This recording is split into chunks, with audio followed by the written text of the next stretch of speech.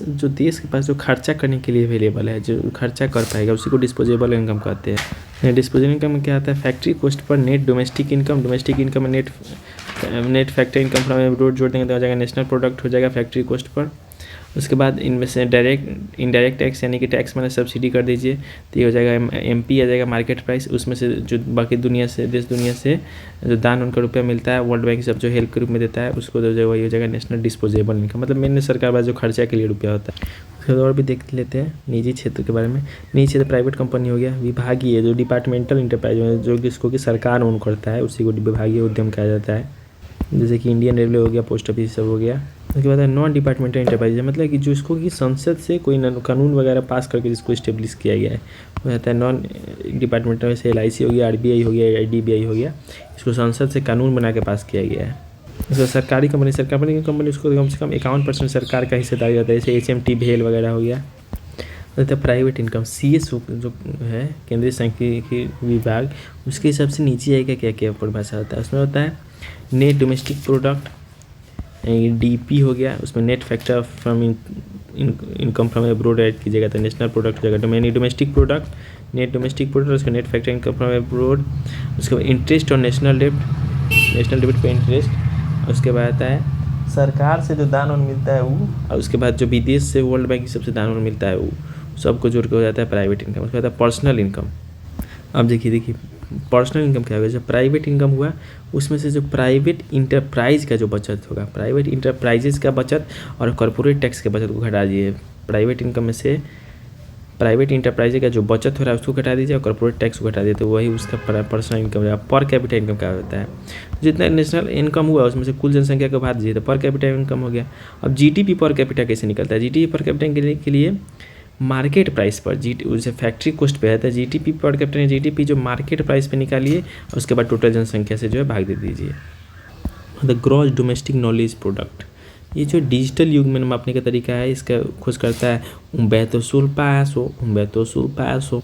ये GDP के जब ज्ञान को ज़्यादा प्रायोरिटी देता है, इसलिए GDP नॉलेज प्रोडक्ट इसका नाम है।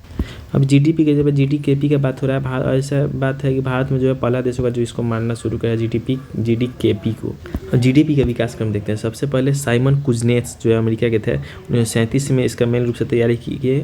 साइमन कुजनेट्स तो 1944 में ब्रेटन वुड्स कॉन्फ्रेंस में क्या हुआ कि वर्ल्ड बैंक और इंटरनेशनल मॉनेटरी फंड जो होता है वो मिलकर बोला कि नहीं GDP को फार्मूला बनाना चाहिए। उसके बाद 1972 में भूटान नरेश जिग्मे सिंघे वांगचुक जो है बोले कि GDP के जब ग्रॉस नेशनल हैप्पीनेस को मानेंगे, ग्रॉस नेशनल वांगचुक बोला। उसके बाद सितंबर 2006 में ग्रीन GDP को चीन बोला कि ग्रीन GDP को मानेंगे। 14 सितंबर 2009 को फ्रांस बोला कि हम GDP के अंधभक्ति को समाप्त कर देंगे। राष्ट्रीय आय में किसे शामिल करना चाहिए किसे नहीं, तो ये सब जो लेन देन होता है उसको राष्ट्रीय आय में शामिल नहीं किया जाता है। कि जो देश को कर्जा है उस पर जो इंटरेस्ट दिया है उसको शामिल नहीं किया। जो इनडायरेक्ट टैक्स लगता है उसको भी राष्ट्रीय आय में शामिल नहीं किया जाता है। उसके बाद जो वृद्धा पेंशन होता है, छात्रवृत्ति होता है या फिर बेरोजगारी जो भत्ता मिलता है, ये सब भी नहीं शामिल किया जाता है। विदेश से जो दान उनके रूप में मिलता है उस भी नहीं शामिल किया जाता है। जो डेथ टैक्स या फिर कोई गिफ्ट टैक्स ये सब लगता है उसको भी शामिल नहीं किया जाता है। जो कोई फैमिली जो इनकम टैक्स देता है उसको भी शामिल नहीं किया जाता है। तो ज़मीन और बेच के जो रुपया मिलता है उसको भी नहीं शामिल किया जाता है। अब विदेश में अगर कोई संबंधी काम कर रहा है आपको रुपया भेजा है उसको भी शामिल नहीं किया जाता है। जो घर के हाउसवाइफ जो काम की सेवा करती है उसको भी शामिल नहीं किया जाता है। जो शेयर बॉन्ड्स और ये सबको बेच कर जो किया काम उसका बेचा खरीदा जाता है उसको भी शामिल नहीं किया जाता है। या फिर जो लॉटरी आप जो जीते हैं उसको भी शामिल नहीं किया जाता है। किसको शामिल नहीं किया जाता है? जो नेशनल डेब्ट यानी कि जो सरकारी कर्जा है उस पर ब्याज को शामिल नहीं किया जाता है। इनडायरेक्ट इसको नहीं किया जाता है। वृद्धा पेंशन, छात्रवृत्ति या फिर बेरोजगारी भत्ता को नहीं शामिल किया जाता है। विदेश से कोई आपको गिफ्ट मिलता है उसको नहीं, डेथ टैक्स गिफ्ट टैक्स पे भी नहीं किया जाता है। फैमिली आपका इनकम टैक्स दे रहा है उस पर भी नहीं किया जाता है। ज़मीन बेच कर रुपये प्राप्त किया उस पर भी नहीं किया जाता है। विदेश में आपका काम कर रहा है कोई करीबी आपको रुपया भेजा उसको भी नहीं किया जाता है। हाउस वाइफ जो काम करती है उसको भी नहीं किया जाता है। शेयर बॉन्ड्स डिबेंचर सब जो खरीदा बेचा जाता है उससे नहीं किया जाता है। आप लॉटरी जीते हैं तो उसको भी नहीं किया जाता है। करें जो हस्तांतरण जो ट्रांसफ़र पेमेंट क्या होता है? जैसे मान लीजिए कि ऐसे रुपया दिया गया इसमें मतलब कि मिलने का उम्मीद ना हो, इसमें मतलब कि मिलने का उम्मीद ना हो, दे देने के बाद भुला जाइए उस प्रकार से। जैसे वृद्धा अवस्था पेंशन, छात्रवृत्ति, भूकंप पीड़ितों को सहायता ये सब जो दिया जाता है यही होता है। इसको राष्ट्रीय आय में शामिल नहीं किया जाता है। किसी को शामिल किया जाता है। ऐसा सामान बना रहा है जो सेल्फ कंजम्पशन के लिए, खुद के कंजम्पशन के लिए बना रहा है उसको, ब्रोकर का जो कमीशन होता है उसको, सर्विस जो सरकार फ्री में दे रहा है, जैसे कि सरकारी हॉस्पिटल में फ्री में दवाई दे रहा है उसको नेशनल इनकम में काउंट किया जाता है। सैनिक जो सुरक्षा देता है उसको भी शामिल किया जाता है। जो रेंट ओनर जो होता है वो जो आपसे किराया वराया लेता है उसको शामिल किया जाता है। अभिनायक जो कमाते धमाते जो है अभिनेता गायक की सब जो, उसको भी नेशनल इनकम में शामिल किया। जो आर्थिक सहायता मिलता है उसको शामिल किया जाता है। उसके बाद बोनस या फिर लाभांश, जो बोनस या फिर डिविडेंड वगैरह मिलता है उसको शामिल किया जाता है। सेवा से हटने पर जो पेंशन मिलता है, वृद्धा पेंशन को नहीं किया जाता है, लेकिन जो रिटायरमेंट के बाद जो पेंशन मिलता है उसको किया जाता है। सांसद सदस्य को जो भत्ता मिलता है उसको किया जाता है। विदेशी पर्यटक भारत में घूमने आए वो खर्चा किए उसको जो नेशनल इनकम में शामिल किया जाता है। नेशनल इनकम तीन पैमाने पर माना जाता है। उत्पाद, प्रोडक्शन, आय व्यय, प्रोडक्शन इनकम और खर्चा। प्रोडक्शन इनकम और खर्चा पे किया जाता है। इसका सबसे पहले शुम्पीटर तीनों में नापा था अमेरिका के मिशेल और कुजनेटस जो जीडीपी की सलाह दिए थे कुजनेटस।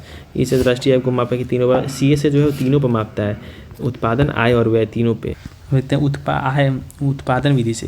तो प्राइमरी सेक्टर जो उत्पादन कर रहा है, सेकेंडरी सेक्टर जो उत्पादन कर रहा है, टर्शियरी सेक्टर जो उत्पादन कर रहा है, सभी को जोड़ेंगे तो हम लोग का निकलता है जीडीपी निकलता है। लेकिन हम लोग को चाहिए एनएनपीएफसी को ही हम लोग राष्ट्रीय आय कहते हैं। एनएनपीएफसी को देखिए, तो एमपी से एफसी पे जाने के लिए क्या है, तो एफसी से एमपी पे जाने का प्रोसेस है टैक्स माइनस सब्सिडी, ठीक है। लेकिन तो इक्वल टू एमपी होता है, तो इसमें से MP minus tax plus subsidy करेंगे तो हम लोग आ जाएगा एफसी। तो वो हम लोग जीडीपीएफसी पे आ गए हैं। जीडीपीएफसी, अब डी को एन में बदलने के लिए net factor income from abroad जोड़ देंगे तो जीएनपीएफसी आ गया, ठीक है। अब ग्रॉस को नेट में बदलने के लिए डिप्रिसिएशन को घटा देंगे तो हम लोग का एनएनपीएफसी निकल जाएगा। यही हम लोग का राष्ट्रीय आय हो जाता है। उसके बाद आय विधि से देखते हैं। आय विधि में जो कर्मचारियों को जो रुपये पे मिलता है अपने परिश्रम का, या फिर जो ऐसे मतलब कि ऑपरेशन में जो एक्स्ट्रा खर्चा हो जाता है इनकम और सेल्फ एम्प्लॉय को मिलाकर, ये होता है एनडीपीएफसी। यहाँ पे था आय उत्पादन विधि में था जीडीपीएमपी था, यहाँ पे एनडीपी जो है एफसी है, इसको बदलना है। नेशनल आय हम लोग करते हैं, राष्ट्रीय आय कहते हैं, एनएनपीएफसी को कहते हैं। तो डी को एन में बदलना है तो ईजिली हो जाएगा। जो रेंट होता है, रॉयल्टी होता है, या फिर जो इंटरेस्ट और प्रॉफिट होता है उसको इसी में चला जाता है। लाभ का वह भाग जिसे फर्म जो है अपने पास रखती है ताकि भविष्य में किसी भी संकट में सामना कर पाए, उसको अनडिस्ट्रीब्यूटेड प्रॉफिट कहा जाता है। व्यय विधि और उत्पादन विधि दोनों में जीडीपीएमपी ही निकला है। जीडीपीएमपी आय विधि में जो है एनडीपीएफसी निकल रहा है। जैसे आय है, व्यय विधि है, व्यय विधि से आएगा, व्यय जो खर्चा करते हैं तो फाइनल जो खर्चा होता है, या फिर जो एक्सपोर्ट करते हैं हम लोग, या फिर जो नॉर्मल खर्चा होता है घर बनाने समय, तो इसे जीडीपीएमपी निकलता है, उसे एनएनपीएफसी निकाल लेंगे। जैसे कि सभी प्रकार के निर्माण या फिर व्यय, जैसे कि घर बनाने में सीमेंट, ईंट, बालू, ये सब पर खर्चा हुआ, मशीनरी पर खर्चा होना है। राष्ट्रीय में हमेशा अंतिम वस्तु को ही जो रहता है, नेशनल इनकम हमेशा अंतिम वस्तु को रहता है, मध्यवर्ती को नहीं, हमेशा अंतिम वस्तु यानी फाइनल प्रोडक्ट। मध्यवर्ती मतलब इसमें और कुछ भी हो सकता है, जैसे कि कॉपी हो गया, वो फाइनल हो गया, कॉपी बन गया चुका है। जैसे मैं बढ़े कोई लकड़ी खरीदा उसे कुछ भी बना सकता है।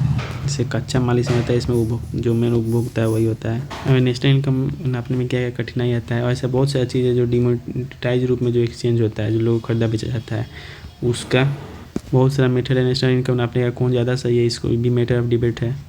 डाटा भी पर्याप्त नहीं है। कुछ बार ऐसा होता है कि इनकम मध्यवर्ती होता है, दो बार शामिल हो जाता है। मध्यवर्ती जो भी शामिल होता है, फाइनल गुड्स जो है दो बार शामिल हो जाता है। और रेट ऑफ डिप्रिसिएशन कैसे निकाला जाता है, उसमें भी एक दिक्कत है।